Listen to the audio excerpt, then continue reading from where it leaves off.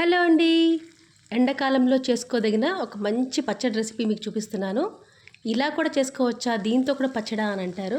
అంత టేస్టీగా ఉంటుంది, చాలా కమ్మగా ఉంటుంది. ముందైతే ధనియాలు, జీలకర్ర, మినపప్పు, శనగపప్పు, పల్లీలు, మీకు కారంకి సరిపడగా పచ్చిమిర్చి, ఎండుమిర్చి, ఆ తర్వాత కొన్ని వెల్లుల్లిపాయలు వేసి కొద్దిగా ఆయిల్ వేసి దూరగా మంచిగా స్మెల్ వచ్చే వరకు వేయించుకోవాలి.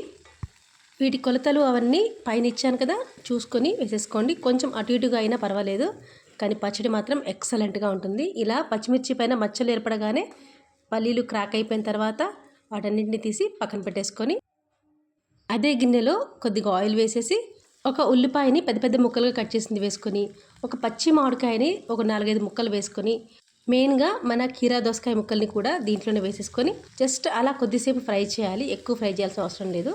తర్వాత ఈ పప్పు దినుసులతో పాటు ఈ కీరా దోసకాయ ముక్కల్ని కలుపుకొని కొద్దిగా బరకగా రుబ్బుకోవాలి. దాంట్లో కొంచెం ఉప్పు, ఇంగువ యాడ్ చేసుకుంటే మంచి ఫ్లేవర్తో దోసకాయ పచ్చడి తయారైపోతుంది. అదేనండి, కీరా దోసకాయ పచ్చడి తయారైపోతుంది. ఈ పచ్చడి ఎలా ఉంటుందంటే మామిడికాయల పులుపు, పప్పులు పల్లీల కమ్మదనం, దాంతోపాటు దోసకాయల ఫ్లేవర్ కలిపి పచ్చడి చాలా బాగుంటుంది, యమ్మీగా ఉంటుంది. దీన్ని మీరు అన్నంతో తినొచ్చు, దోశ, ఇడ్లీ లాంటి టిఫిన్స్తో కూడా తినొచ్చు.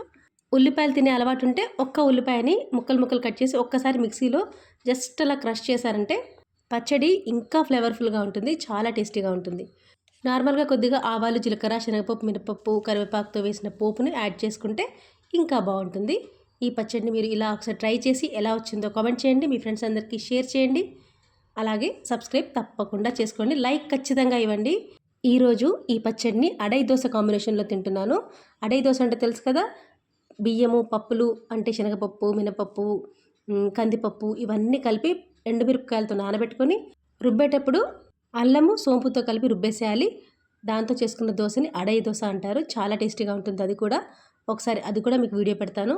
ఈరోజైతే ఇలా తయారు చేసుకొని ట్రై చేసి ఎలా వచ్చిందో చెప్పండి. ఎంజాయ్.